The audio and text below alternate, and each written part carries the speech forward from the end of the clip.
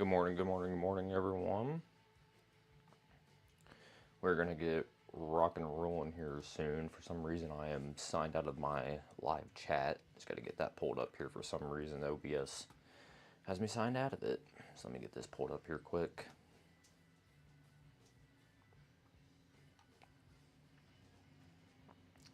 And then we will get rocking and rolling.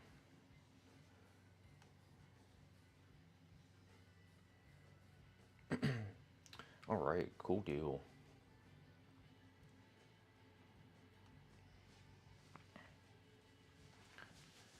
Move this stool out of the way here. Good morning, good morning, good morning. How is everyone? We're just going to be doing a quick little haul today. I actually have a pretty fat stack of books, and I couldn't remember if we had looked at it before or not. So those I'm just going to strictly show covers on, and then the rest of everything I will flip through real quick and just kind of get a general gist of what they look like.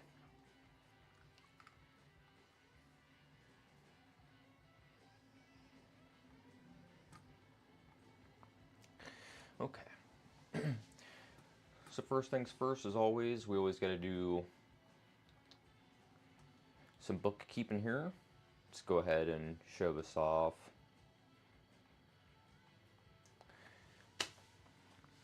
Alright, so I have another con on the books here. This one is going to be more of a local one. I'm going to be at two of these local conventions coming up here. One's going to be in June, one's going to be in July. This upcoming one is going to be in Green Bay. It's going to be right up by the Lambeau Field. So if you want to come stop by, it's a short con, so it's only a handful of hours. I'm going to have the #1 of the anthology up and to get sold out there. So this is going to be #1. I have a mini sketchbook on the way out to me currently. It's actually being printed as we speak. I had gone through, I have 3 sketchbooks completely filled out. You know, some of that crap is just doodling. There's stuff for comic pages and whatnot that are in there, but more things that I would categorize as like finished drawings. They're still loose drawings, but they're more or less finished. So I, took a bunch of those pictures, and there's probably about 15 of the drawings total that I had. I sent them out to 3 or 4 different people. I kind of said, I put, labels on each individual one of those, and I said, hey, out of these drawings, A, B, C, D, so on and so forth, which ones do you like out of the top 10?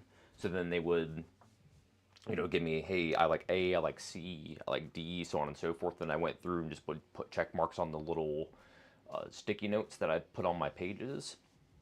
And then whichever ones had the most votes, I stuck in there. So it's not a full sketchbook, like I said. It's only like 10 pages or so, and I condensed it down to like a little digest size. So it's only like 5x6 or 4x6, whatever size that is. So it's real small. It's more of like a mini comic, and it just kind of has like, I have a drawing of like a savage dragon in there. I have a drawing of a space ghost in there. I mean, if you're kind of curious, you can actually go over to my website, and I will go ahead and put that in the chat here.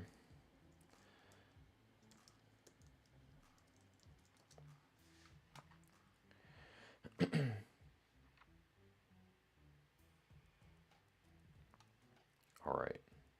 So I have that up. So if you go to my art section and you scroll down to the bottom there, all of like the newer stuff is always going to be down towards the bottom. So is what I'm doing is basically like, as I'm going, it's just that page is just going to get longer and longer and longer as time goes on, and the more recent stuff is going to be more down towards the bottom. So you have to scroll down to it. It's not super far down the list. There isn't a lot of art that's up there currently. A lot of the things that I haven't scanned in and stuff to get like ready to like put up on a website or anything like that. So everything that's up there, that's everything that I have digitized and kind of had cleaned up digitally to be ready to print or put up on a website or what have you. So that'll be a lot of fun. I actually went to a comic fairs around October-ish time frame. It was out in Black Creek here in the area again, and that was a lot of fun. They're smaller, more like community-focused conventions, and that's one of the reasons why I wanted to go. It's not necessarily to like sell a lot of books. It's more to meet more people, and then maybe having them, like, you know, the sellers there maybe buy a couple of books from me. That's kind of like the reasoning why I want to go to this. It's more to network with the sellers more than it is to network with like people that are going to be buying books and art. Because I don't necessarily think the crowd that really goes to these kind of cons really do that.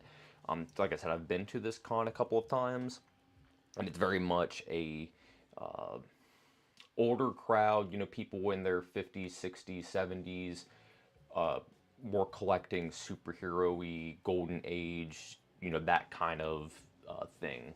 So that's the kind of crowd that kind of goes to these kinds of things. So the stuff that I'm making, I don't know if it's really going to be of interest, but maybe to the sellers, it's a possibility. So, you know, we'll see how it goes. I do have a couple of like original art pages that I was thinking about taking and selling with me, but I honestly might take those to EddiePCon because the crowd at EddiePCon is gonna be more interested in like independent creator art. In terms of like buying it and things like that. At a normal convention, like nobody's gonna care. So it's like I'm not gonna waste my time or effort dragging that thing along with me. And then number two, like I just said, I'm going to be at EddiePCon September 13th to the 14th. I'll be there both days in Pittsburgh. It's coming up close. I've been longly anticipating this. I signed up for this like 5 months ago, and got accepted into it about 4 months ago, 4 months or so ago. I got the email from them. You know, hey, you're in. We're good to go here. So I have my table already claimed. It's already paid for. At this point, it's just getting everything, all of my ducks in a row, getting all my prints set up and everything like that, and all of that stuff printed out to get ready to sell there. And again, I'm going there to sell a lot of stuff, you know, to the people that are there, but more using it as a networking opportunity, because like Jem Food is going to be there, Don Simpson's going to be there, Jim Rugg is going to be there, obviously. Eddie P's family, you know, Justine, Bobby, so on and so forth, they're going to be there. So it's more like getting involved in the community more, having people, you know, see who I am and all that kind of stuff. So it'll be a lot of fun. And this is like the thing that I'm really, really looking forward to. So we're trucking along. And I'm also in the middle of a 10-week course currently. We're on week 2 right now. I literally just turned in my assignment this morning. They're not due until like Wednesday. But of course, I get it done early and turned it in last week. Same thing. I was the first one that turned my stuff in. And it did get bounced the first time. It got bounced back to me, and that was purely because I had missed. There was a section on like the worksheet, and I thought it was just a graphic, and it was like, no, like you're supposed to fill in like this little box. It took me literally 10 seconds to like write in a sentence and then rescan it in and send it back off. So it really wasn't that big of a deal. I just had overlooked a box on the worksheet. But yeah, I took all my stuff on the living room with me that I have, but I have an entire story flow done. I started writing dialogue yesterday to a scene, and that's pretty much done at this point. I have the complete script to that scene. I have the scene completely written out, and pretty much I have all of the character sheets completely done. I started doing rough thumbnails of buildings and things like that yesterday, kind of like more tone pieces for how I want like establishing shots to look. So I have all that stuff scanned in and done.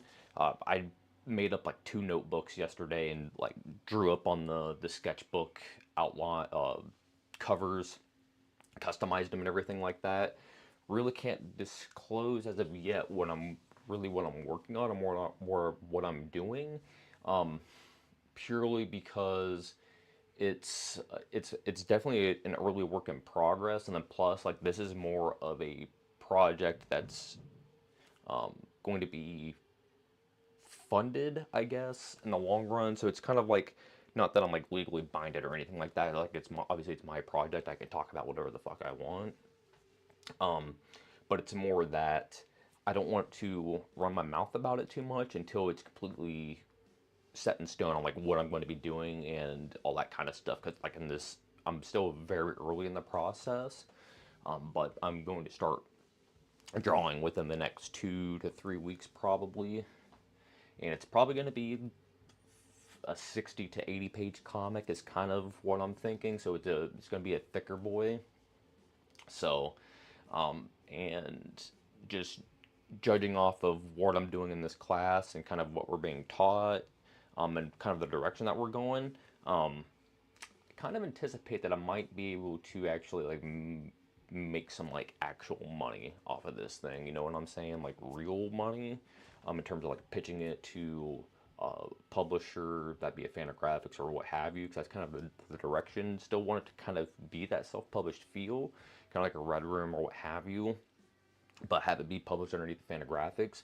I don't necessarily know if my art ability or anything like that is really at that prestige level of like a fan of graphics.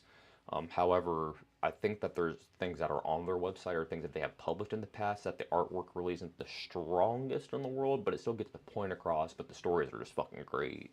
And I think that's where I kind of land. It's like the art, it has a good aesthetic to it, but obviously I'm not fucking Michelangelo. I'm not a virtuoso or anything like that by any means at this point. I've literally been drawing for a year this month, so it's like still super early, but I'm making fucking books, and I'm making them at a higher than amateur level, obviously, because the quality and scope and everything like that is way higher than what somebody would be able to do if they didn't know what the fuck they were doing. Again, just hard work and determination is how you get here, folks. So, all right. Just gotta restart my camera here.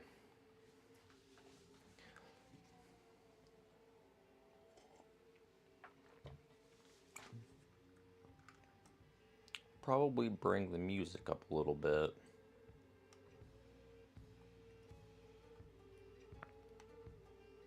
Seems like it's a little quiet here. That's probably good. All right.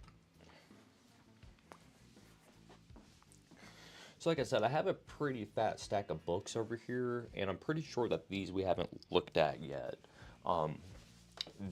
I have another stack over here, and this is kind of like the stack of books that I've already read, and I couldn't remember if I've showed these off or not. So I think I put them maybe in like a YouTube short or something, which, you know, is whatever. But just for the sake of time, I'm just gonna rip through them real quick, show you guys the covers, and then I have like a smaller stack of books. I'll take a little bit of time and actually flip through those a little bit and take a look at them. Same thing, will probably stop around, you know, noonish time frame, central time frame or so. So we'll be going for about another hour, 15 minutes, or just about that amount of time. I got like a short checklist of things that I have to get done either like today or tomorrow, because time is of the essence. Pressure's coming, so gotta keep cranking away at this stuff. All right. Let's go ahead and head it to the overheads here.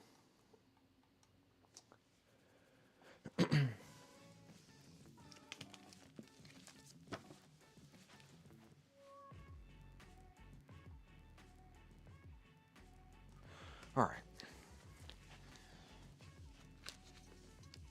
So if I don't know artists or anything, you know, I apologize. We would typically open this stuff up and look at credits and do that kind of stuff. But again, this is a pretty big stack of books, and just for the sake of time, we're just going to be flipping through it. If I know who did it, you know, I'll mention it. If not, we'll just move on.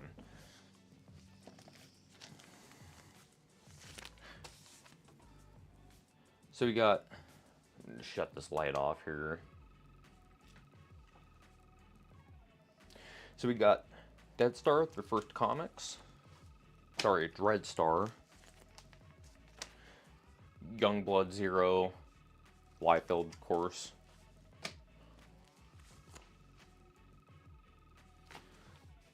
Vanguard number 3. I can't remember who did this.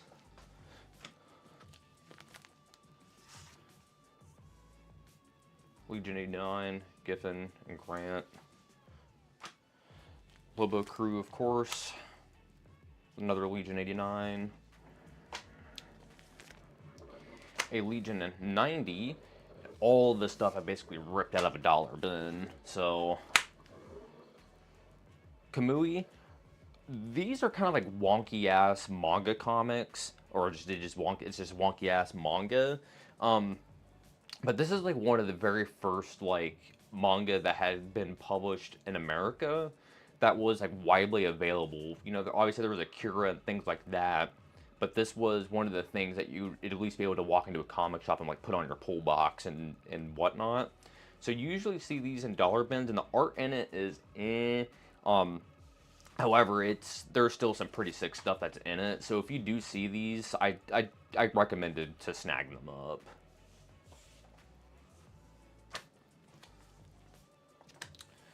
Darker Image. This is essentially just I guess an Ashcan compilation book of just like the Max and I can't remember what the hell else is in this.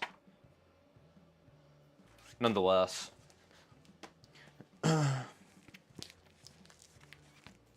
I picked this stuff up probably like a month or so ago, and I've just been like stacking up books. I was like, ooh, I'll show them off in a haul video, and then I got too roped up in working on actual comics myself. So it's like, again, I was like, I'll just show them off in a live stream real quick.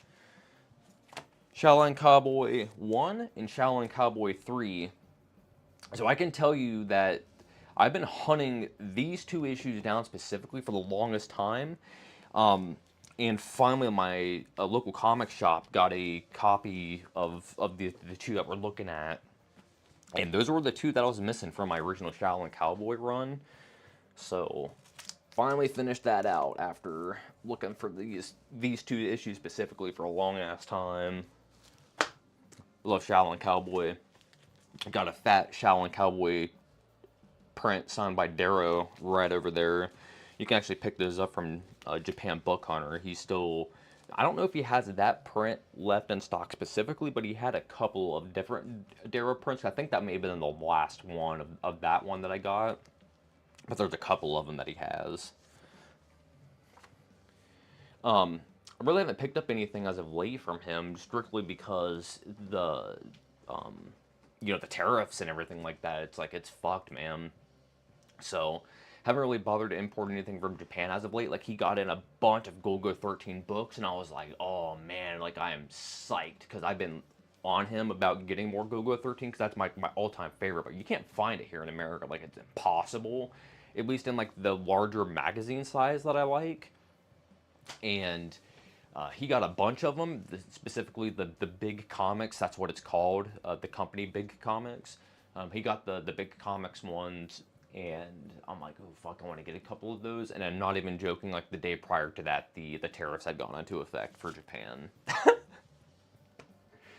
So I was like, I don't want to pay, because the shipping is quite a bit of money. So it's like, I don't want to pay, $30 for, for like $60 for books, $30 for shipping. You're in $80 to $90 just in right there, and then you got to import it, and then it's like $40 to import it, and it's like you're in $120, $130, for 3 issues of comics. Like, I'm not doing that. So, love Sean, I love what he's doing, and I fucking wish I could, because it's like I'm dying to have more Golgo 13, but at the end of the day, it's like I said, I'm not spending $120 or $130 on books that typically, would cost me like $60. So it's like more than double almost. It's fucking insane. Street Angel #1. Ice Cream Man #1. So I think we did look at this, 'cause I remember looking at this maybe at one point. But another copy of Mr. Monster's Super Science. I love this stuff. They're anthology books. Again, typically can find these in dollar bins. Sometimes these can be marked up a little bit, but usually you find them in dollar bins. If the comic shop knows what they're doing, usually these are like to $7 books, I would say, and then the later issues, those are harder to find actually because of low print runs. So those are typically they go up higher price. Like this one, I think I paid $4 for it, which is I would say normal on the lower end of things. Scout, absolutely badass. If you guys don't know Scout, that's is it Truman that does that? Yeah. These are like the most badass outlaw, just post-apocalyptic comics that you'll ever see. I've looked at Scout in the past. Again, dollar bin special, but these things is incredible. It's like Native American Mad Max driving around a fucking motorcycle just gunning dudes down with an M16. It's like if you are a fan of the stuff that I like or like the comics that I make and stuff like that, like this is the kind of stuff you know that I hunt for specifically. Good shit. Of course, just talking about him earlier, Eddie Pecan. Whenever I see anything kayfabe related, so I see like Tom Scioli, Jim Mahfood, you know, Eddie P, Jim Rugg, any of like I would call them like kayfabe lieutenants. I always grab them. I'll save them. I am in the process of my buddy who I was in the Marine Corps with. He just started reading comics, so he's into Turtles right now. But I'm like, dude, there's just so much more that's out there. You know, who's asking me more about superhero-y stuff? And of course, it's like, as we all know here, it's like I really don't read that kind of stuff. When I first got into comics, that's what I read, obviously. It's like the New 52 was kind of like the hot thing. A couple of years after I got into comics, that's kind of where, you know, stuff was going at the time. And I got really turned off by that. Like, the Aquaman New 52 stuff's fucking incredible, obviously. But anything else outside of that, I was like, it kind of got... my interest in comics kind of dwindled from there. But anyways, you know, I was telling him, like, dude, there's just so much more that, of course, like, so anyways, whenever I see anything kayfabe related out in the wild, I call them rescue missions, and I always grab them and snag them up, and I will send them out to, you know, my friends. I'll double them. So it's like, there's a couple of Red Room issues, and I just have like 3 or 4 copies of them because like I'll send them out to my brother, or I'll send them out to one of my buddies who starts reading comics or whatever, because I don't want to see them fucking rotten boxes. That's just like how much I love it. So it's what I do.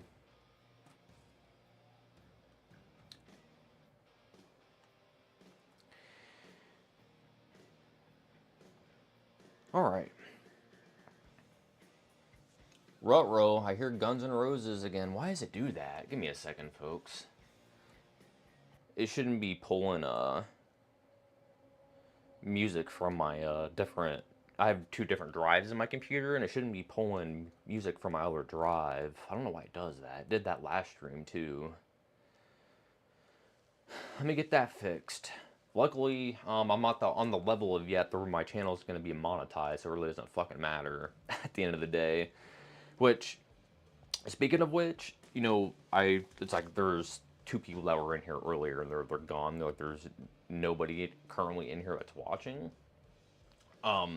But what I wanted to say is the you know, the people that do watch, comment, and everything like that, it really does mean a lot.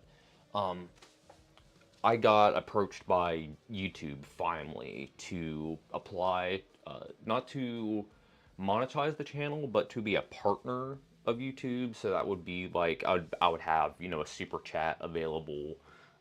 Like, so people could donate, or you could be like a member of the channel, kind of like that.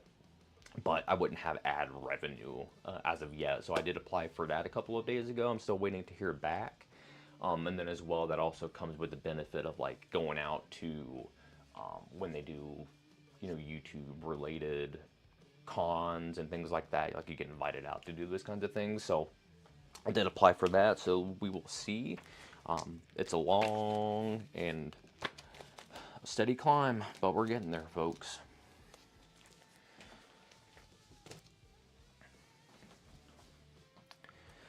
But yeah, I was just sitting here just talking. I was like, I hear Axl Rose again. Like I said, that happened last stream, so that's kind of funny. Turn the music down a little bit here.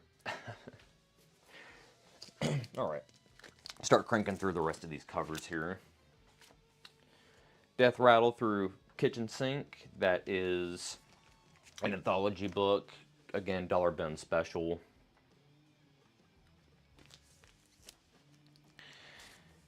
Picked up Image United 0, 1, 2, and 3. Basically, all the Image dudes just got together and made a collab book. Good old classic Cocaine Comics. Underground goodness. Not a cheap book. I think that's like a, man, that's like a 60 to $80 book, I want to say. Not a cheap one. But it's been one that's on my, that's been on my list for a while. Obviously I'm a big Underground guy, and just like, look at this cover again. So good. Alright, Melting Pot number 4. So I have the entire trade of this, actually. And I've just been randomly finding just the single issues in like dollar bins, honestly. It's kind of crazy, because typically you wouldn't find that stuff at dollar bins, but I have been. Sin City, Just Another Saturday Night, Lost, Lonely, and Lethal. I am in the process of collecting up a bunch of... I can pick this up, man. It's like sliding across this mouse pad. There we go. I'm in the process of collecting up a bunch of Frank Miller stuff, so... I had done a Todd McFarlane like retrospective video a couple months ago, and it did very, very well. It has 1,500 views on it, I want to say, just under 1,500 views.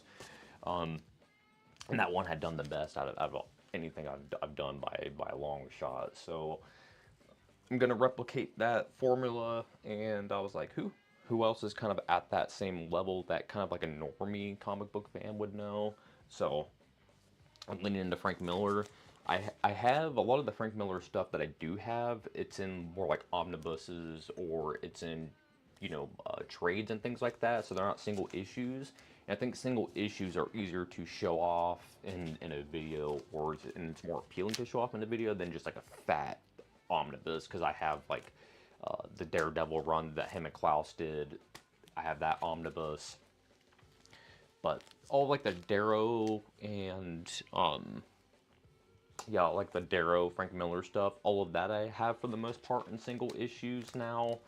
And I have in trade paperbacks. It's mainly just like getting more of his superhero-y stuff. And then as well, I'm trying to track down his issue of Twilight Zone.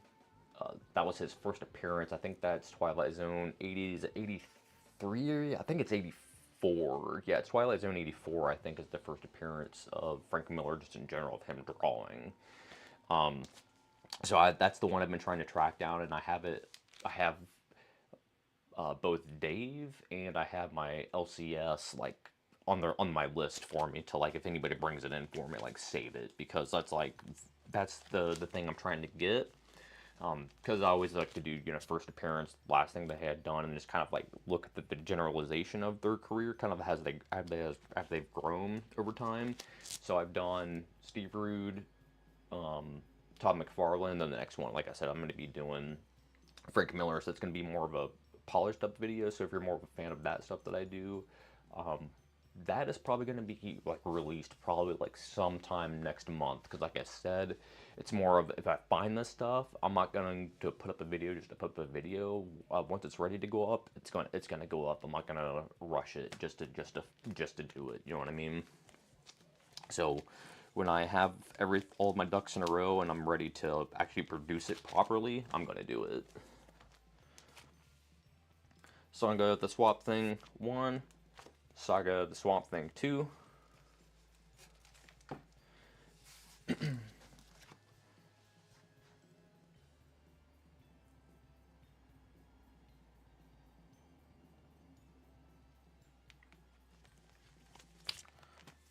And Swamp Thing number 4, good old Rights and Goodness.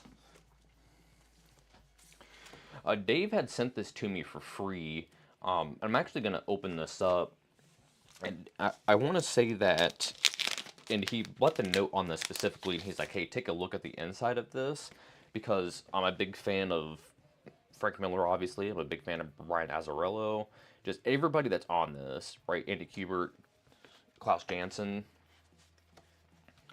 But it isn't this book specifically that he sent it to me for. He's like, look at the middle of this. So there's a mini comic that's just kind of buried in this, and it's like a little just Batgirl mini comic. You got Frank Miller and Brian Azzarello, and those are like two of my favorites. And it's just like this off the wall little Batgirl book that's in this.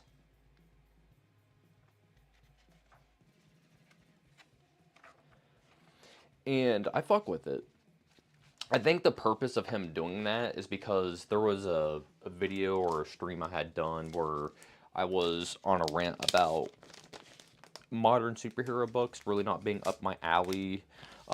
And then as well kind of like made a point that I really like Brian Azzarello a lot, because the very first comic book I ever picked up or I ever read was a Joker, what is his name? Brian Azzarello, and man, what the hell is the name of the artist? Ben Maggio, is that his name? That's terrible. I can't remember what the artist's name is right now. Anyhow, but yeah. So that's like the very first book I ever read, and Brian Azzarello was on this. So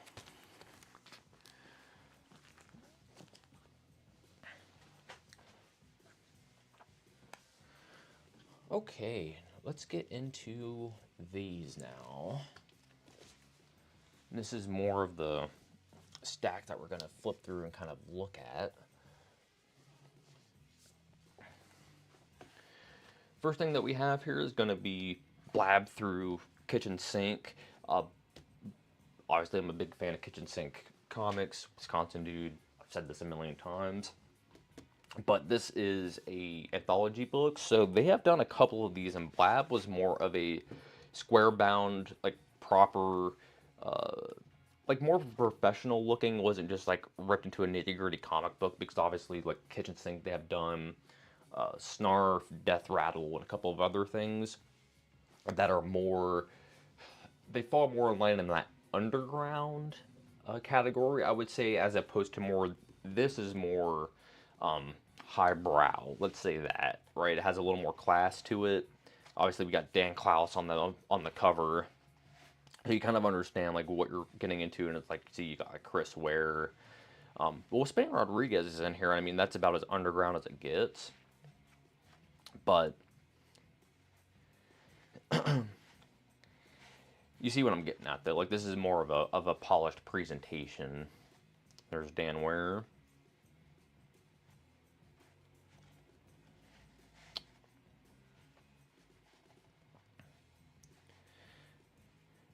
I've yet to. Oh boy. Oh wow, that dude has like the most outlaw looking face I've seen. Look at this. So if you guys look at like outlaw books, you'll notice that all of them have wonky ass faces, and this is something that I try to capture in my drawings. I just try to draw faces like the most fucked up looking ways possible. Just like the proportions really don't make sense. The eyes are like bulgy and they look weird, like just anatomically incorrect. When you look at them for a while, you're just like, oh, this face is just wonky looking. Like at first glance, you're like, oh, that works. And then after you look at it for a second, you're like, this thing is disgusting looking. It's kind of the vibe I go for on my faces. Because like anybody can draw like a cartoony character or like a just like a face really. But I think if you try to nail a certain aesthetic and you go for that, and that's kind of like, hey, this is what my stuff's gonna look like, it serves you more. The ink pulp dudes, and this is something I talk about. Give me a second here. I'm gonna go grab my drink here.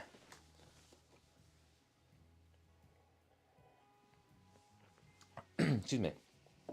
The ink pulp guys talk about this a little bit, So on their Patreon, they do portfolio reviews, and they had just done one recently. And the guy is a good artist, you know, but more of like a pinup cover artist than more like sequential. I can speak the English here. Sequential art telling. Um, so the feedback that they were giving him is because it's like he had a like a cartoony kind of looking Daredevil, and then he had a Mignola looking Hellboy. Then he had like this and like just art styles all across the board, which is fine. Like it's cool that you can do that, but it's more like you're submitting pieces for a portfolio review, so it's like what can you do, right? Rather than trying to copy an aesthetic or like going for a vision, it's like what does like your stuff look like? You know what I'm saying? So it's kind of like you really figure that out when you are really in your sketchbooks. It's like get into the sketchbook, figure out like who you are, like what you want to do. Um, because like when I first started drawing, it was, it's like I want to be like a Todd McFarlane. It's like I want to get little lines and scribbles all over my stuff and kind of like that. And come to find out, the reason why Todd McFarlane does that is because he's Todd McFarlane and you are not. So some people can replicate that. Come to find out that it's like I couldn't, but there's still some of that DNA that's in my stuff. However, and then it's like, ooh, I'm gonna try more like a Craig McCracken cartoony kind of style. And I did that for a while in my sketchbooks, and I was like, doing more cartoony animation looking stuff. And then come to find out, really not my vibe for like especially like the kind of stories and stuff that I want to tell. Really didn't work out that way. Then I was like, ooh, I'm like study a lot of Frank Miller. I started doing Frank Miller, and then I started studying Steve Rude and Sam Keith, and then like the list went on and on and on and on and on. And then once you kind of like get all of that crap and just goes, and then eventually it just clicks, and then it's hard to explain, but like once you land on something, it just like starts to become easier and it makes a lot of sense to yourself, especially as like an artist. Like I said, if you are still trying to chase like a bunch of different aspects of like, hey, I want my art to kind of look like this, or I want my art to kind of look like that, it's not going to serve you very well. It's more like you need to take in as much influences as possible, and then mold that into your own thing. You know.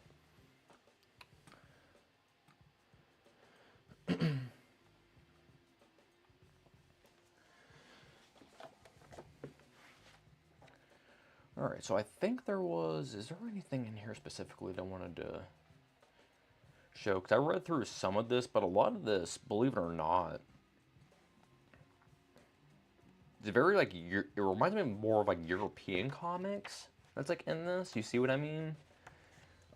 Obviously there's like some underground stuff in here that's going on. We were kind of talking about that earlier, but that's what this book really reminds me of. Or it's more like European style comics, especially with like the kind of like line scratchiness art that's going on in this. I just realized that there's a fire escape hole up here, and there's a dude pissing through it.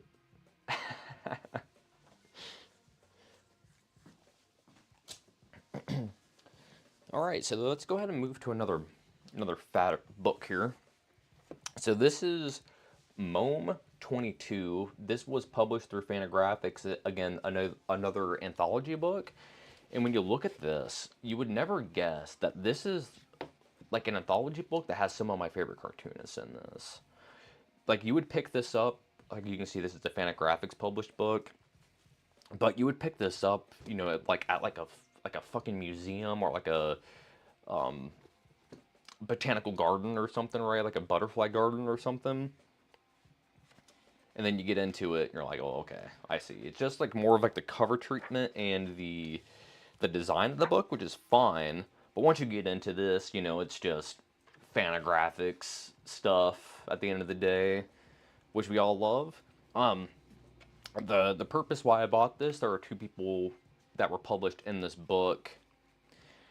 Big fans of, surprise, surprise, Jim Rugg, which I didn't realize that Jim had anything published through Fantagraphics, so that was kind of surprising to me, which was this. I'm sure there's other things that I'm probably not aware of. But you know, he kind of worked with his own publisher, Ad House, for the most part. Obviously, did things with like Marvel, did things with Image. But starting out, he had worked with Ad House, which I believe was just like a local friend publisher kind of guy who funded, you know, him on doing his stuff. And I think that Ad House has been since defunct. Oh wow, yeah, I gotta go over that. I think my my camera on my screen was covering that panel up because that was that dude was getting the job done on him. One of the things, because I've talked about this in the past, that really biffs me off, and this is like a thick ass book, so that's why we're just kind of flipping through this real quickly, just to kind of get a gist. Well, yeah, Josh Simmons is the other guy who's in this book that I forgot to mention. He makes some crazy stuff, but what the hell was I saying now? I lost my train of thought. It's terrible. Oh, anyhow, yeah, I forget the hell I was talking about, man. Oh, wow, this is like, yeah, Guns N' Roses.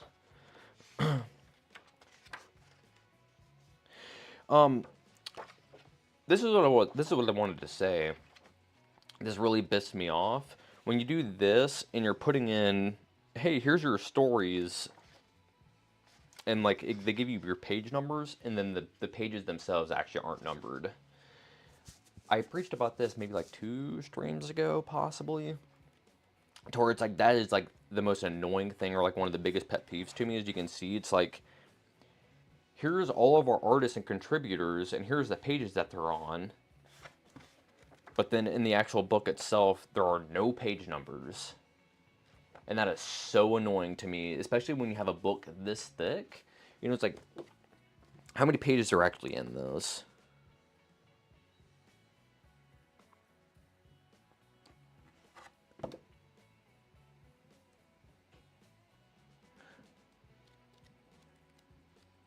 It doesn't even have like a final page count on it.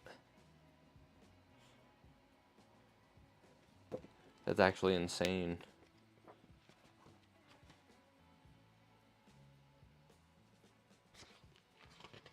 Wow.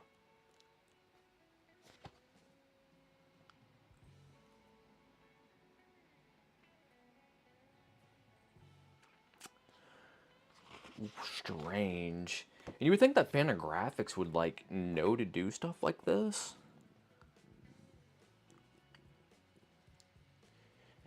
But it's what they do. They just have like the artist's name in here, and then just the page number.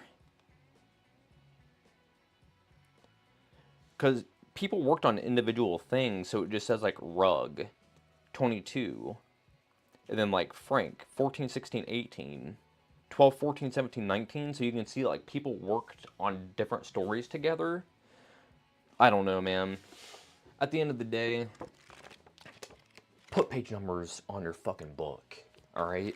It's a book that needs page numbers. Especially when it's something that thick. Now we're on the topic of books. I picked this up recently. The Dan Nadel R. CRUMB biography. This came out, what, about 3 weeks ago now? 2-3 weeks ago. Dan Nadel has been on the press junket tour as of late. He had drug R. CRUMB with him to a handful of like panels and things like that. So if you want to see like recent R. CRUMB interviews from like the last like 2 or 3 weeks, just go over to YouTube, just look up R. CRUMB interviews. You'll find them. I'm gonna get interviewed about this book. So Dan Nadel sat with CRUMB for, I want to say it was like a couple of years, and went through his archives. You know, learned basically everything about the dude's life. So he really opened up about him. And this is like, so this is the biography. You know what I mean? So this is like straight from the horse's mouth kind of stuff. Not an autobiography, but like I said, he worked directly with R. CRUMB to make this. So there's things in here that are kind of crazy in terms of like illustrations and things like that. Like the very first thing that R. CRUMB ever did in terms of a comic is in here. The dude was like 13, 14 years old and already had like 20 to 30 comics underneath his belt. Like, and we're talking fat comics too. Insane. But there's some illustrations in here, but for the most part though, as you can see, it's like I started to read this, I got past the forward, I got about what 15 pages in before I had stopped. But like I said, I've listened and watched a couple of the interviews about this book, so I kind of have, I know, the gist of the actual book. So I'm super excited to actually get in here and see the nitty gritty. I've flipped through this and I've looked at all of the drawings and all of the pictures that are in here. So let's see, so like right here, look at this. Funny Friends, R. CRUMB. This is from 1954. Just like a little funny animal comic.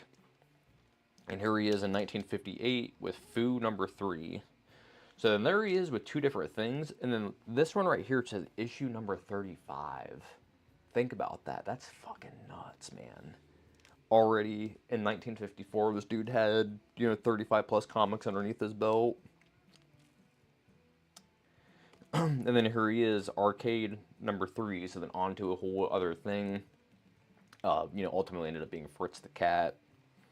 Well, I think Arcade, was that like an anthology book that he did? That had Fritz the Cat in it? I can't remember now. I have to go back and read up on my R. CRUMB knowledge, which obviously that's what I'm doing here. But, yeah, it's awesome that you get a lot of art and things like that that's in here. Obviously, R. CRUMB is a cartoonist, so that's really appealing. But just learning about, his life in general, and that was one of the reasons why I had to stop, is because the dude was actually talking about his childhood and some fucked up shit that happened to him as a kid, and I had the same thing happen to me, actually, and it kind of, like, sparked up some, like, some low-key, like, childhood PTSD kind of shit, and I was just like, oof, like, I scrubbed that away from my brain, and then I remembered it because of the book. So it's kind of like one of those things that I had to stop reading it because it hit a little close to home. You know what I'm saying? And like I said, it was like something that happened to me as a kid, and I just really never thought about. And I mean, I'll give a shout or share it with you guys, but it was like in the book he got caught as a kid. I can't remember what it was, but he got caught stealing something from his aunt, I want to say, and she held his hand to a hot stove.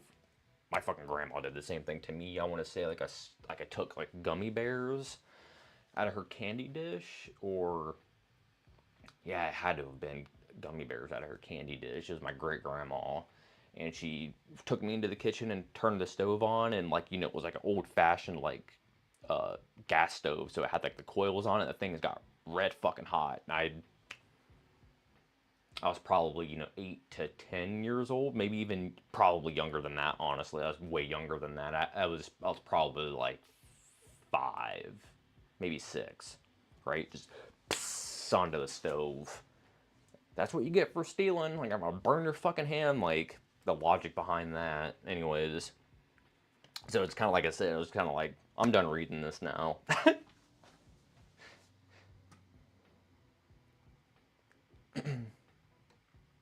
All right. Let's keep moving along here. So Spicy Tales Special. So this is a reprint of just a bunch of different stuff, and then they put in a new cover / pinup into this. So these are just reprints of a comics from, it's called The Saint. You can see from like the 40s. I didn't understand like what this was. The purpose why I bought this is because I just look at that cover, right? It's like it's badass. That was the reason. They look like they're just basic like crime detective comics at the time, but it's more of a female detective, like a Dick Tracy-esque character, going in and rounding up the criminals and shooting up the bad guys. So it's like 1940s bad girl comics, basically. If I can find it here, because there's a pin-up in here of the cover in black and white, and it's pretty cool. Like I said, that was the reason why I bought this book. Yeah, look at this. Because of the cover.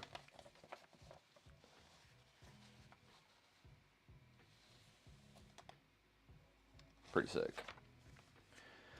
Spicy Tales.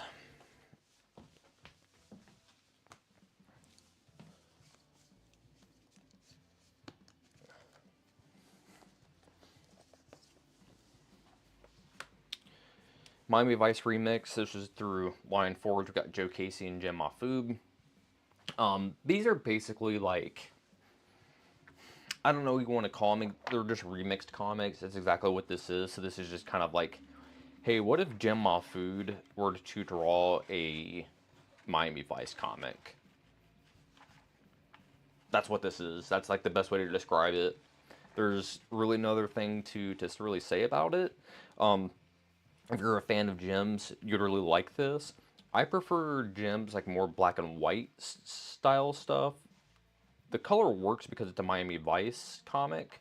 I've talked about it in the past though, how his Girl Scout stuff I prefer to be black and white because I think some of the color is a little too vibrant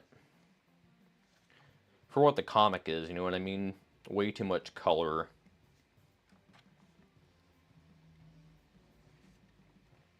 But yeah, this is pretty badass and kind of that like Bad Boys 1 Miami Vice sort of feel to it is like the best way to describe this. I've read the first issue. I bought the entire collection of these. Just for the sake, I'm just showing number 1. But I have the other, I think they did 5 of these, so I had the other 4 issues as well. I still have to read through. You'll Do Bad Things number 2. I showed off the first issue, and this is in my read pile as well. I have yet to read through this one. I flipped through it a couple times, and I mean, like, this kind of stuff right here is, you know, why you're getting this comic, right? And then plus, just like the design of this book is just beautiful. A lot of retro tech, sort of like AIM messenger text stuff going on in these books. If we see anything, I'll show it to you guys. But yeah, just a crazed Maxman in a, you know, in a sex mask, like stabbing people, right up my alley. Not as graphic as I would like, I don't think. It's a little tame. If they just cranked it up a little more, that would be awesome. But nonetheless, like this, it's a great sequence.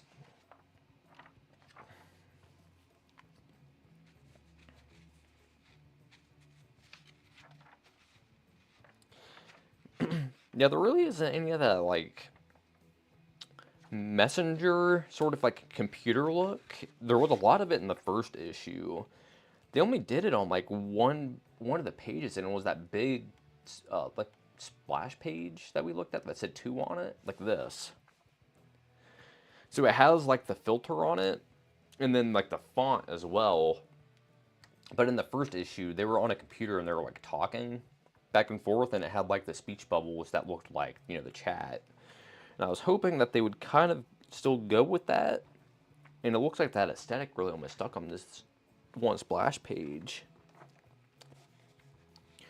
Nonetheless, this is one of the more unique things that's out right now. Not just like the coloring and the art, but just, you don't see these kind of comics, especially coming out through mainstream publishers, you know, like your Image.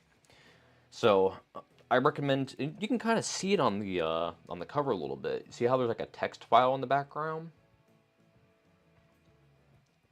So there was like a lot of that was in the first issue in the aesthetic, and for whatever reason that's just gone in the second one. Strange. Even they like leaned into it really hard in the cover of this. Huh.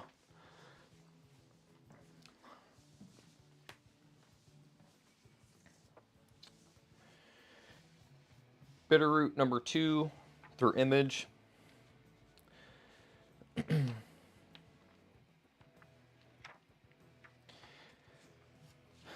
It's good old classic stuff. Just like weird 60s feel, 70s feel. My main thing with this, it's a little over digital for like my taste in comics. I think like the page layouts and everything like that are fucking amazing. But it still has kind of like that generic comic art to it. And that kind of turns me off a little bit. I really love these books, and the first run of Bitterroot was fucking incredible.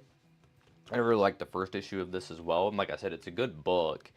It's it's just more of those things. It's just like the art really isn't my favorite thing about the book, you know. So.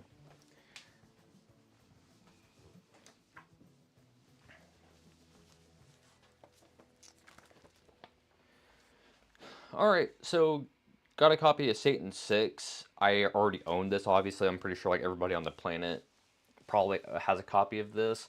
However, I was missing my trading card. So this bad boy was still sealed and it was in a dollar bin. That's typically where you're going to find Satan 6 copies. Maybe, what is it, issue 3 that has Jason in it, right? That's the first appearance of Jason and like Jason Voorhees in a comic. I think that's issue 3. And that one goes for a little bit of a higher price, but the rest of these issues typically you find in dollar bins. But yeah, this one's still sealed. It's basically, hey, what if we had Jack Kirby pencils and then we inked over top of them? That's basically what this book is. So you can see it's like Ditko, Frank Miller, so on and so forth. And then, you know, right off the cover, it's Kirby pencils over top with the Todd McFarlane inks. So, pretty cool oddity book. More of like a, if you're into like comic art, and this is like one of those things that's like real nerd shit. Highly recommend to pick them up and look at them. But like I said, if you're a horror fan, this is also up your alley. And like I said, I'm pretty sure number 3, I think that's the first appearance of Jason Voorhees in a comic, period. So if you're a big Friday the 13th guy, you know, that's something that might not be on your radar.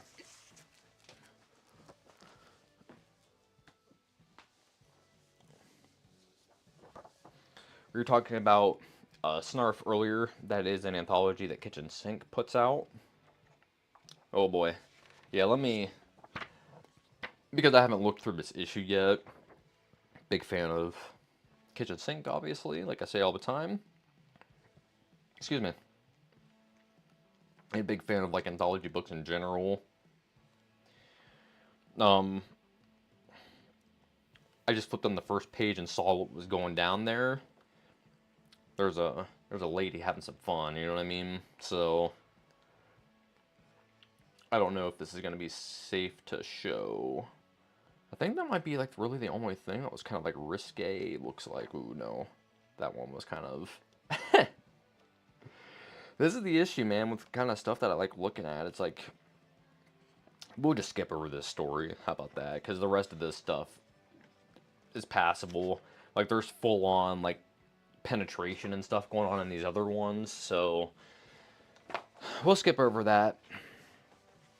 But yeah, and this is the comic that I'm talking about, too, that has that stuff in it. Like, this just looks fun and, like, cartoony, right? Like, almost, like, Archie-esque. And there's some naughty stuff going on in here. Like, this is just beautiful underground cartooning, man. Who is this?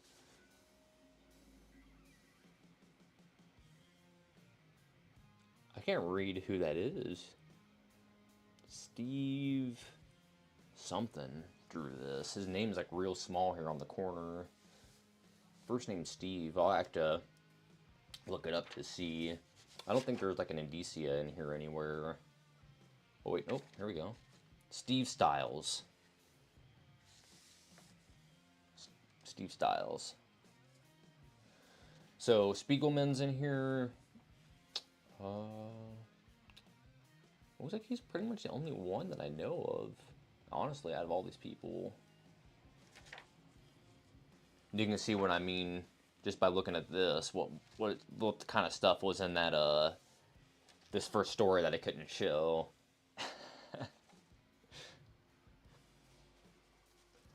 Oh, some boobies there. Oh boy, okay. I did not see that when I was flipping through first. Again, some sexiness going on there. I think y'all get the point. This is just underground goodness. Again, you see these in dollar bins. SNARF. Kitchen Sink Anthology Special.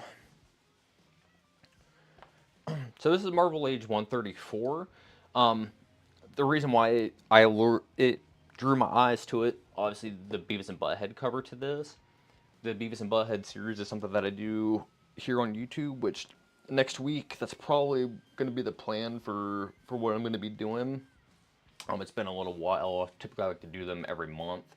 Last month I kind of fell off the ball on that, so this upcoming one, we're going to be pulling out 3 more issues. That's probably what I'll do, is the Beavis and Butthead thing next week, and then we'll produce that up into a standard video.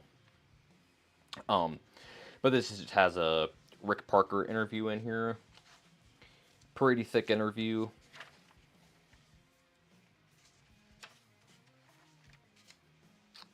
So, cannot go wrong there.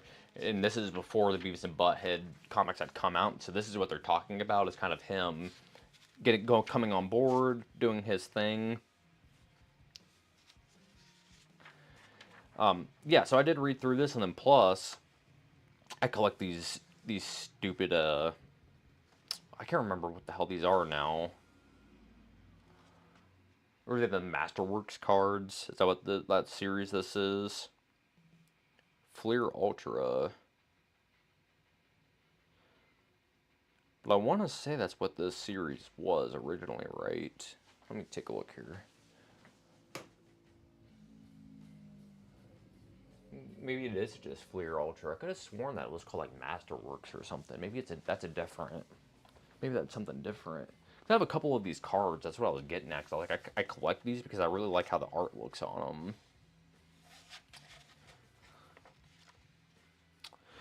But yeah, Rick Parker interview. That's the reason why I got this. It was really cool to like get a lot of insights on, you know, the Beavis and Butthead comics before they had come out. Super fascinating to me. And again, we're going to be taking a look at more Beavis and Butthead actual Marvel issues next week for the stream. Let's take a look here and see what we got. Anything in the chat? No.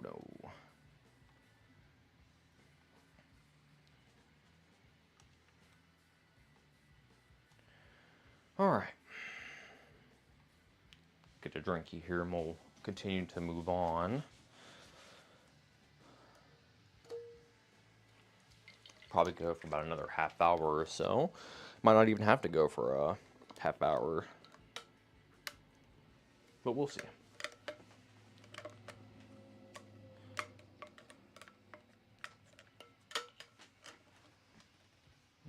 Set this over here.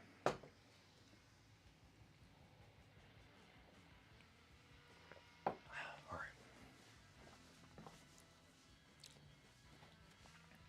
Bartman #1. This is the silver foil edition.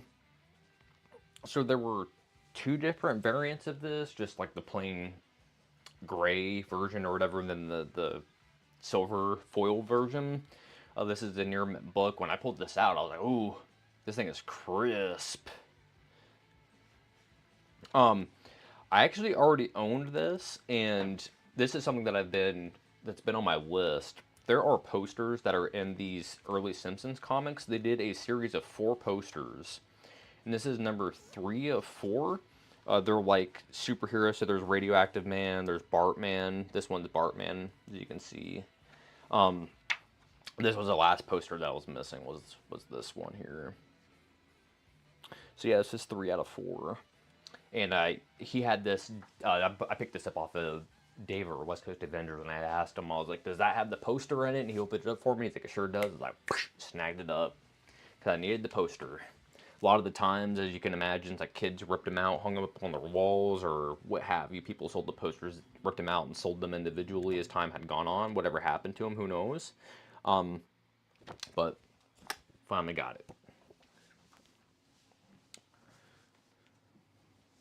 I'm a sucker for that kind of stuff, like trading cards in there. I'm a fucking 90s kid at the end of the day, so like all those kind of gimmicks that get me. You know, put a little bit of trading cards in there, put a little poster in there for me. I love that shit, man. I don't know, and then plus, like, people get on it about, like, gimmicks, and it's like, it's just stupid, and that's, like, don't get me wrong, that drove the speculator market, but at the end of the day, it made companies think about other ways to sell books, and I think it kind of helped comics in a way, because one, they had to think outside the box on how they're going to get people to sell this stuff. And then now when you look at stuff like on Kickstarter and all those kind of places, it's like they do the same thing. Like, oh, here's the book, but also like we'll give you a trading card, and we'll give you a sticker, and we'll give you this, and they're like their incentives, right, to actually pick the thing up. That's exactly what they were doing. And plus, like the design work, like the die cut covers, the foil covers, like the double, fold out covers, like all that goofy shit that they were doing. At the end of the day, that took a lot of design work, and it's like it's impressive, and it's like they had to think outside the box to do that kind of stuff. So it's like you kind of have to give them props at the end of the day for it, right? The next Nexus, I own everything Nexus wise. I think there's like maybe a handful of things that came out specifically through like Rude Dude Productions that like Steve Rude had self-published that I'm probably short on or I don't have, and that's purely because like those were things that you had to get on Kickstarter at the time, and if you didn't get them, then you didn't get them, you know what I mean? That happened, whatever, 10-ish years or so ago, I want to say. But anything like Nexus, Next Nexus, First Nexus, all that crap I own. Like pretty much I have an entire long box of nothing but Nexus stuff. So you're like, well, then why the fuck do you have this? Dave gave it to me for free. He had asked, like, hey, is this something that you would like?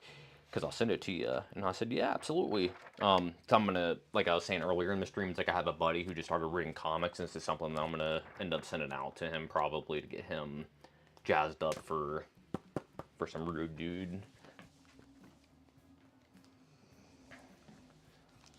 Speaking of getting me on 90s stuff, Wizard 13, I don't think you can get any more gimmicky than Wizard. Main reason why I picked this up, this cover is a poster without like the wizard on it. It's just like this Ghost Rider image with the city in the background. Man, it's just chef's kiss. It's fucking badass. And there's a poster of it, still sealed, and then plus we get a Savage Dragon trading card, folks. Yeah, I'll crack the seal on this, and I'm honestly probably going to pull the poster out. The posters for my Simpsons comics, if they're still in, if they're still stapled to the book, I'll keep them that way. If they have been pulled out, because I think I have, is it Radioactive Man #1? I want to say the poster in that, one of my issues, the poster has been since ripped out, but it's like, it's still in there, but it's been taken out once. So I'm actually going to frame them, so I think that's what I'm going to end up doing with this. I'm going to frame it and stick it up somewhere, because it's just a fucking badass image, man. And then plus, all of my wizard knowledge pretty much all comes from the kayfabe guys. They've pretty much flipped through all, at least the issues 1 up through like to when Wizard becomes completely useless. And they talk about that, 96, 97, like just downhill, just who cares about any of the rest of this crap that they're doing. It becomes more of like a dirt sheet more than anything. More than insider knowledge, it becomes more of just like a fan book, you know what I mean? So, early issues of Wizard like this from like 92 are great. Lots of information from comic creators and things like that of the time. So if you don't already have Wizard or don't collect Wizard, I recommend to go check out Kayfabe, obviously, and check out their Wizard coverage. So then it saves you a lot of time as well, that having to read through this stuff, because they give you what's already in there, they know what's in there, and they talk about it. They're like hour-long videos, and boom, you get it done instead of having to pound through this. And then plus I use that as a resource, because if I don't know like what's in these issues specifically, because it might not say like, you know, hey, we speak to whoever, Eric Larson, right? It's like that might not be on the cover, but there might be like a one-page interview or something of Larson in these. It's like that's something that they would talk about. So it's like it's a good resource to have. And then you're like, hey, I'm gonna go pick up that issue of Wizards then. So Wizard, I collect specific issues. I just don't grab random ones. They have to have something meaningful in there. And like I said, specifically the poster for that one, and then the trading card for that one. So this is the new issue of Heavy Metal. So this had come out last week, I want to say, or maybe the week before. And so this is the relaunch of Heavy Metal. So this is like the relaunch for the third time from a different company. I was honestly, I was in the comic book shop, and I was just standing up at the front, and he has all of like the Jack Kirby collectors, you know, like the oversized stuff, back issue, whatever the hell else, up at towards the front, because they're weirder size and they kind of have to be up at the counter like that. He really doesn't carry magazines. Like he has like a magazine like long box or whatever, but doesn't get like new magazine size stuff, you know what I'm saying? So like typically you wouldn't see like a Heavy Metal, you don't see your comic journal, things like that. But he had this up at the counter, and I was like, ooh, it was like the new Heavy Metal's out. He's like, yep, it just came out today, and it was the only one that he had. He ordered 3 copies. 2 were pull boxed by people, and the one was just a store copy, and I snatched it up. Not even knowing who was in this or what was in this, strictly because, hey, it's the new issue of Heavy Metal. You have 1 copy. I love Heavy Metal. As you can see, we're going to be taking a look at Heavy Metal number 2, because I have it right here. So we're going to flip through that real quick as well. But I have a bunch of Heavy Metal in my collection, right? Like, it's one of my favorite anthologies, if not my favorite anthology outside of maybe Eerie. So yeah, I picked this up without knowing who was even in this. So I got this home, and I'm flipping through it.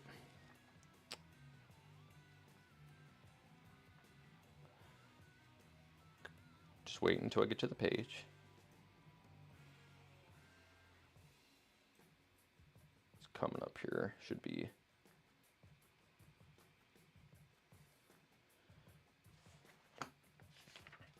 So I'm flipping through this, right? And I'm like, I know this art. This over here. It's like, I know this anywhere. So then I kept flipping back, and my suspicions were just building from there. And then boom, there's a gem rug. I was like, oh, we got a gem rug in here? And then on the back, come to realize there's a list of the artists that are in here. So let's just go ahead and just take a look here at some of this list, because it's like the people that I know I'm just going to point out. But it's like, oh, David Quinn and Tim Vigil? The Faust crew is in here? Oh? And then right next beside that, Gem Rug, Grant,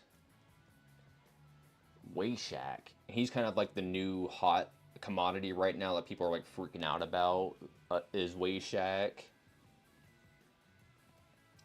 I think that's like really the names on here that I know.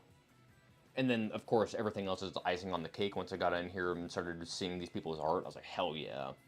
But that must be a trip, though, for Jim. It's like, imagine, first of all, kind of the kayfabe dudes are more or less, I wouldn't say that they're responsible, but they definitely had influence onto Tim Vigil to kind of like put himself out there again and be more active in the community and stuff like that because of that interview that they had done with him. And he was a dude that kind of like lived under a rock, and right, he's in that weird niche like outlaw comic community, and he has like a really hardcore audience. But at the end of the day, you're not scraping in cash making that stuff, right? So it's like the kayfabe dudes really brought attention to Tim Vigil especially, and really drove that home for him. Like, hey, this dude's important, especially for what he's done for comics over the years. And, you know, like I said, they did the interview with him. It was super successful. And then now, here Jim Rugg is in the same book as him, and then labeled side by side as well. That must be a trip, man. But yeah, so like this first issue of Heavy Metal was actually pretty fucking incredible. I have not read like the ancillary things that are in here, kind of like the fill out things. I did read, I think it was a Hilton Brand, yeah, Greg Hilton Brand. I did read through this stuff because I am a fan of his actually. And again, I was just like, this I recognized right away when I opened this up because that's where my, I guess where my knowledge of him kind of came from, was from that Joker piece actually. That's how I was aware of him. Besides just flipping through Heavy Metals. But of course, you know, there's nudity and stuff in this. It's Heavy Metal magazines. Some of the stuff we can't show. Super graphic, yeah, nudity. But you know what you're getting into with Heavy Metal. This is straight up exactly that. This, in terms of like the Heavy Metal relaunches that have been out there, I kind of wish that they went with more of like a newspaper style stock. I know that the original, here it is, the original Heavy Metal, yeah, it's on a magazine stock, but it's not like super glossy. It's like, this is more like a high gloss, and I don't know how I feel about it, but maybe over time it'll age better, in terms of like the coloring. It won't get as yellowed.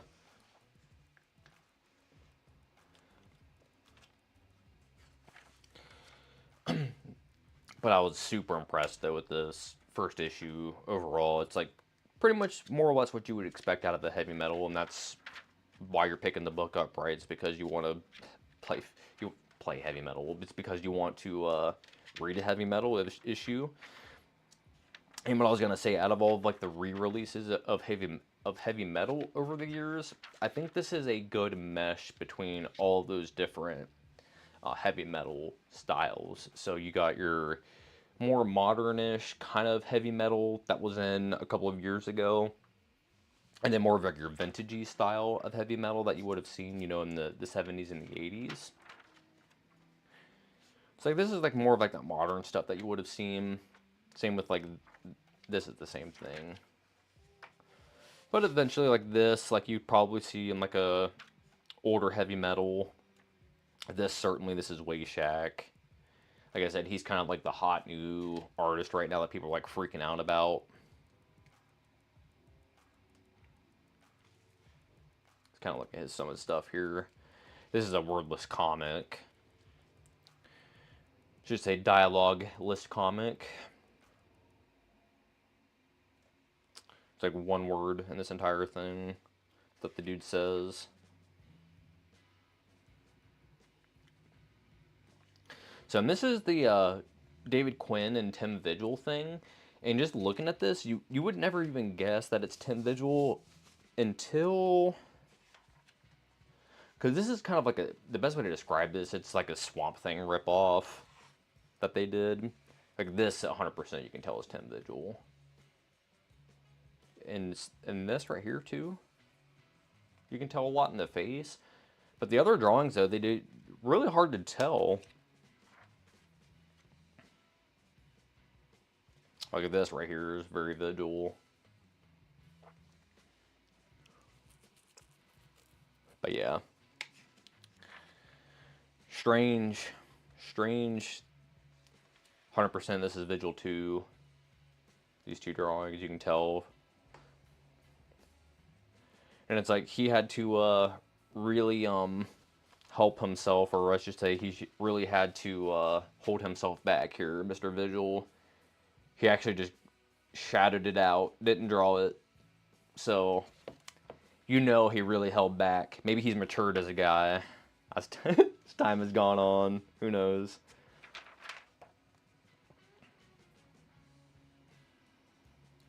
But yeah, man. Pretty cool. Can't go wrong. Heavy Metal. I put myself on the pull box for this. We'll see how issue number 2 goes.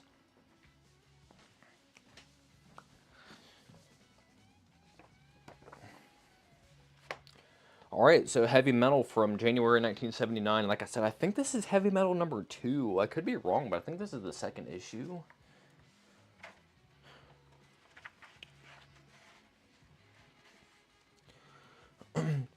So, of course, got our mainstays that you typically would see in this era of heavy metal, your Mobiuses, your Corbins, Total Bins, so on and so forth. So, your usual cats that you would think they're going to be in your heavy metals, they are here.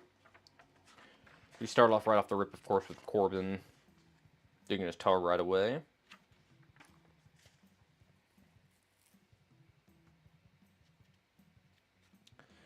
Gotta love Corbin.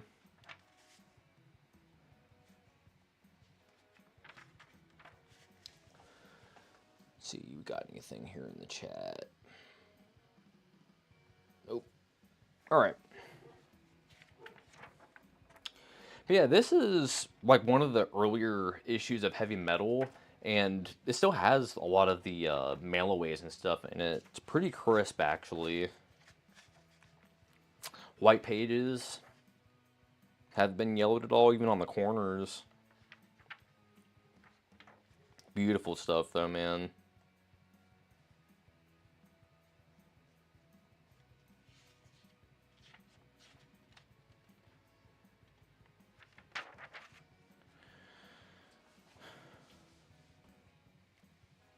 Like, this is some cyberpunk goodness.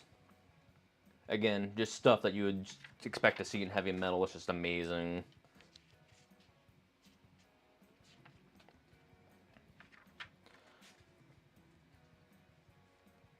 Oh boy. Oh boy. That was, I gotta peek myself here. Oh, jeez. Oh, man, that is an image. It's a dude, in a clown mask doing the deed, and, there was a woman, writing the other woman's face, and then the other lady is biting her nipple. I mean, you see graphic things in Heavy Metal, but you typically don't see things like that, though. Like, usually, like, that, what I should say, like, outlawish, I guess is how I would categorize that. You know, that sexy. You see boobies and nudity and things like that, but you usually don't see, like, actual, like, sex, you know what I mean? For the most part. And if you do, it's typically very stylized in good taste. That was just straight up just, Tim Vigil-esque. Man, look at that. That is a beautiful picture right there. Yeah, Total Ben. Another one of the cyberpunk stories that gets published in Heavy Metal. That's also pretty cool. Station 34.728. Definitely very manga influenced. You can see that. It's like homie saw Akira or read Akira for the first time and definitely picked up a lot from it. But man, it's a beautiful, beautiful story though.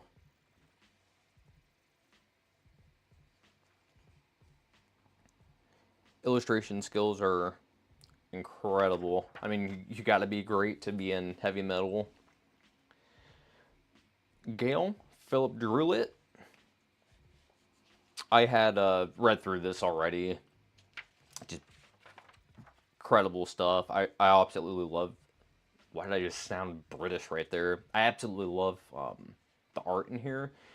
It reminds me a lot of like early Mask, especially like this right here. And then as well, I get some of that Legion 89 we were just looking at earlier. That that Lobo comic. See a little bit of early Lobo in this too.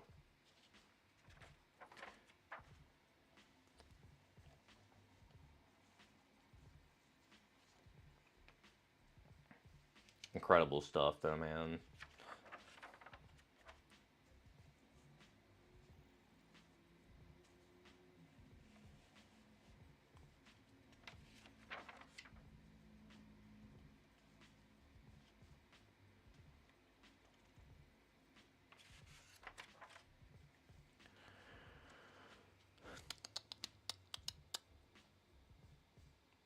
Oh, I wonder if this is like a reprint. I bet you it is.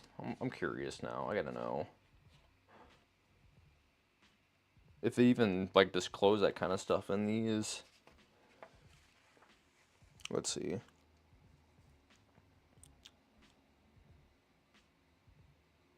I'm curious to know now.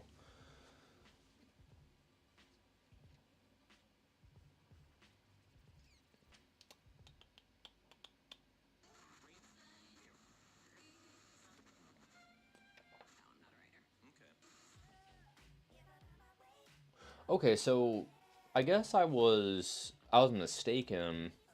Why did I think this was number 2? Because this is number 9 out of volume 2.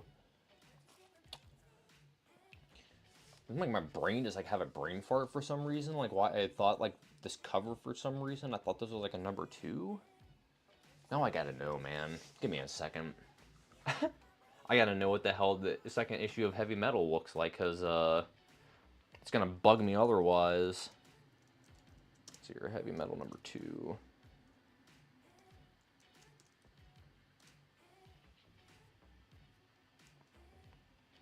Ah, I see. So it looks like this will load here. Gonna go back. I see my my confusion.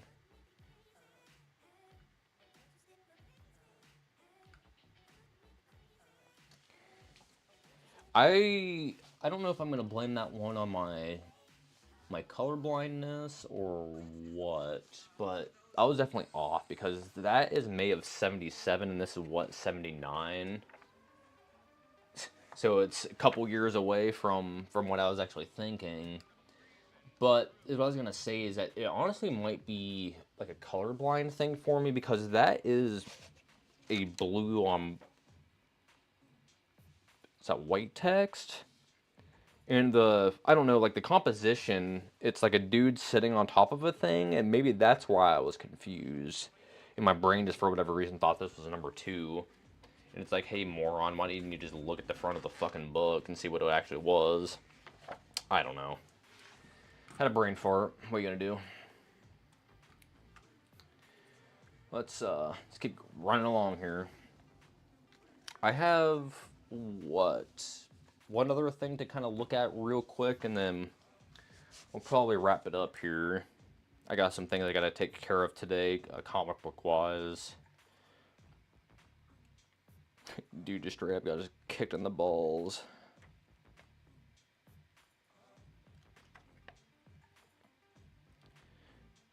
But yep, just your typical heavy metal stuff. I think there was this story right here. Yeah, this is incredible, man. I was looking at this earlier, just like, Lord have mercy. It's like your just black light poster sci-fi kind of stuff. So cool.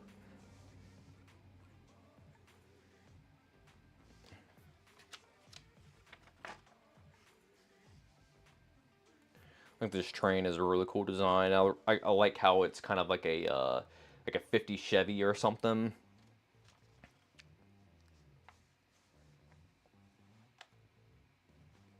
It's like, look at this stuff, man. I'm gonna bring this up a little closer to the camera.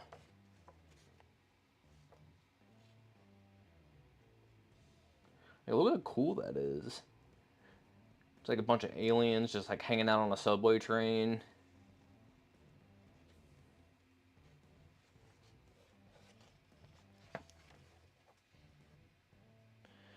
Get a lot of Steve Rude vibes from this stuff.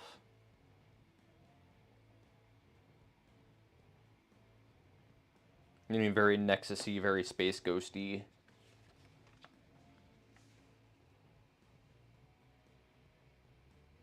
Yeah, this is incredible though. It's like a mix of like cartooniness and like realistic sci-fi. It's like you get like this weird monkey looking dude, and then you get like this stuff down here too.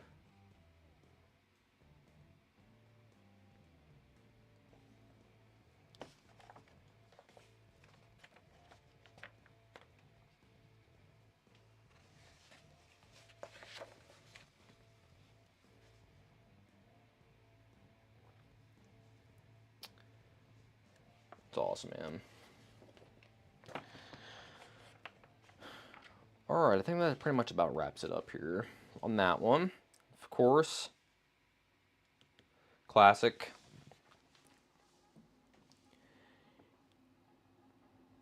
Oh, it's kind of cool in the, I didn't realize, I guess in the reflection of this, it's like they're like, human versions, and then down here in the reflection, they're like monsters of themselves. It's kind of cool.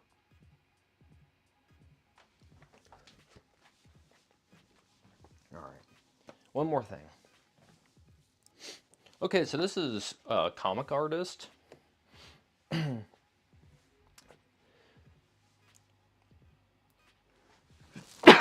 me. I tried to mute myself there, but I didn't press the button in time, so I apologize for that. But yeah, so comic book artist is a defunct thing. It's one of those very akin to like your back issue, your Jack Kirby collectors, like that size and that style of thing, or like your comics journal. It's just a bunch of interviews of people, and the Hernandez brothers are the main topic of this here. And it's a lot of like 80s dudes, but the main reason why I picked this up is because of the Hernandez brothers. But Wagner's in here, of course, as well. Which I like some of the Grendel stuff, but honestly, I'm just gonna be honest with you. I think Grendel's a little overhyped for what it is. The dude at the comic shop was like, "Oh, dude, it's like Grendel's awesome. You should read Grendel. I think you would like Grendel." I was like, I've seen it, but this is whatever. I was flipping through the dollar bins, and then I found a couple of issues of like the original Grendel, and then as well there was a War Child that was in there. And I want to say that did Bisley do a couple of covers for War Child? I think he may have for Grendel. I could be wrong, but I think he did. Anyways, I picked that up and it's okay. It's just like the way that it was pitched to me.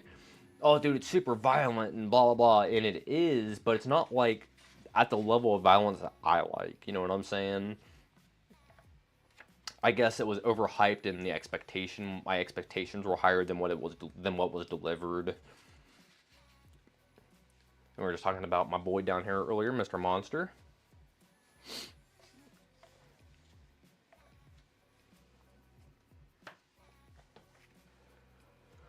Rocketeer, of course.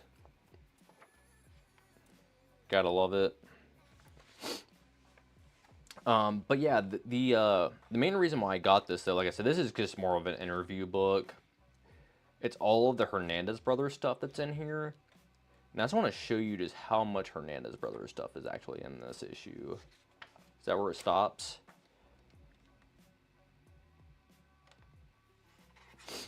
Wow. So all of this is all Hernandez Brothers stuff. So this is 33 pages of Hernandez Brothers interview, and it's all of them too. So what, all three of them? So as you can see, and there's just drawings, a lot of Love and Rocket stuff. That's what this mainly focuses on. And then it's just more and more, man. It just keeps going. Interviewing Mario here. So they got Mario, and they got Gilbert, and they got Jamie, man. And it's all three of them. This is incredible. And then plus, it's like I pulled this out of the bin, and then it was marked down another 15% off on top of that. So, and then you got a good little Love and Rockets back cover here. Good stuff, man. I have yet to read through this, and this is actually in my read pile. I have a couple of things because I have this back issue, and I showed this thing off like probably 2 or 3 months ago. There's a Don Simpson interview that's in here. He talks about Megaton Man. I have yet to get around to this as well. It's just, as you can see, it's like my read pile is getting pretty big. Like,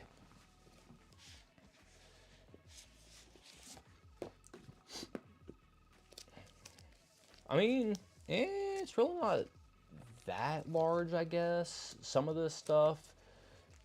I mean, it's mainly just like,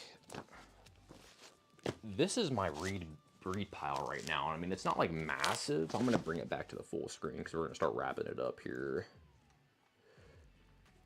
And I don't know why my camera does that when I change from the overhead to the main, it freezes. But when you go from the main like this to another one of my other programs, like where I'm showing my screen, it doesn't freak out at all. So I don't know what's up with that, but it's not that big of a thing, as you can see. Like, it seems like it's fat, but mainly it's like I read super fast.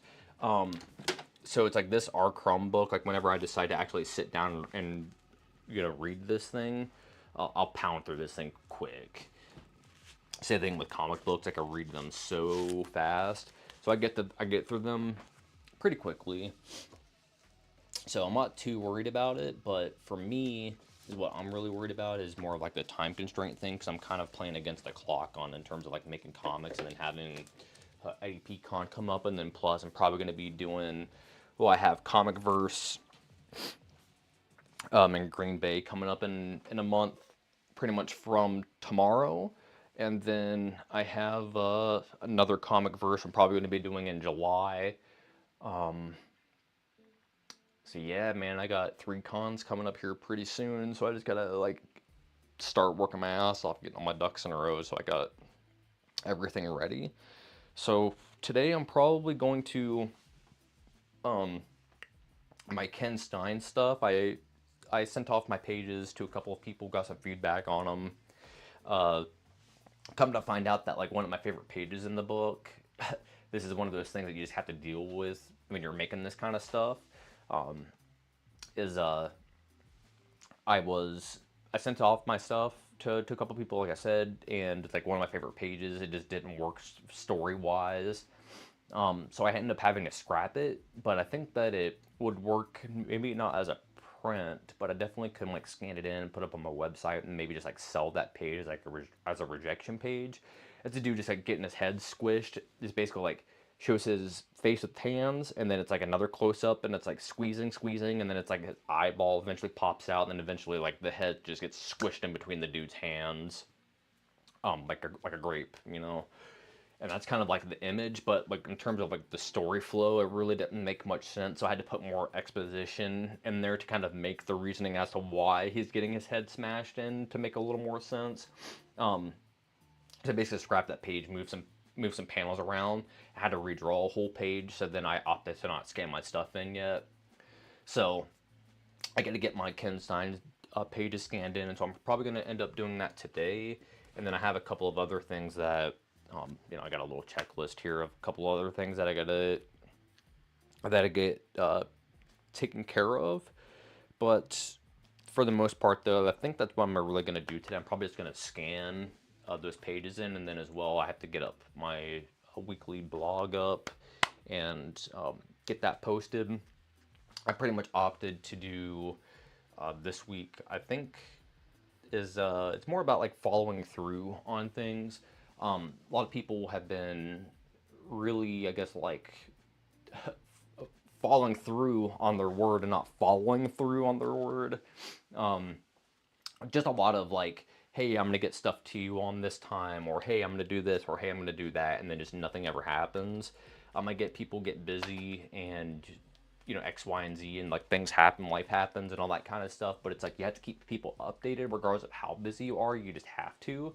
And when you leave people in the dark, it's kind of like, what do you do? And then when you finally reach out to said person and you want an update or whatever, and then they ignore you again, and then it's like then it becomes a problem, right? Then it's like, hey, we were doing business here, and now it's like, what's the problem, right? So it's like it's not professional on your end, so it's just kind of like things like that. So I think I'm gonna do like a little write up on more like customer service. Let's leave it at that. Like more like that sort of thing on how maybe as like if you're an artist or cartoonist, maybe you're watching this, maybe on how you should conduct yourself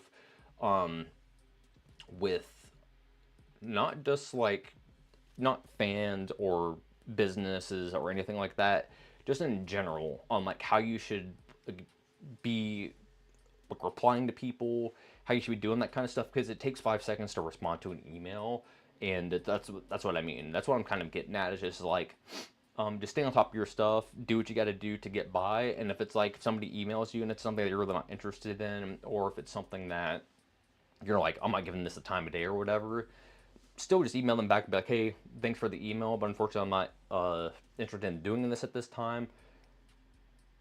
You know, have a good rest of your day, maybe in the future, or whatever it is that they're reaching out to you. You know, say maybe they're like a big fan or whatever it is. You know, just say like, hey, thanks for the email. Hope you have a good rest of your day. You know, just leave it at that. It's something simple, and it's like because if you just ignore them, then that's what they feel like they've been ignored. Exactly that. So, just food for thought, folks.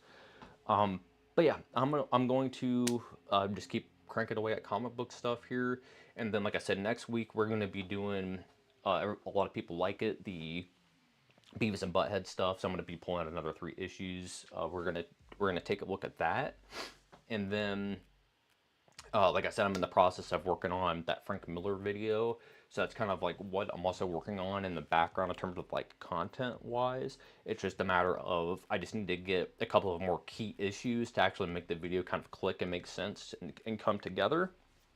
So once we have all of our ducks in a row there, we're gonna launch that. And like I said, that'll be a fully produced, recorded video and everything like that. It's not just gonna be a stream here. So you can look forward to that. Hopefully, I will have that up in maybe in a week. No, it's not going to be a week for sure. Maybe in 2 to 4 weeks is probably going to be my estimation.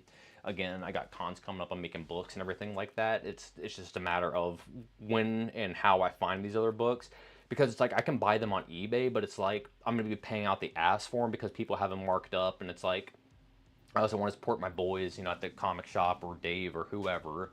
So it's like if I can go about it that way, I'd rather do that.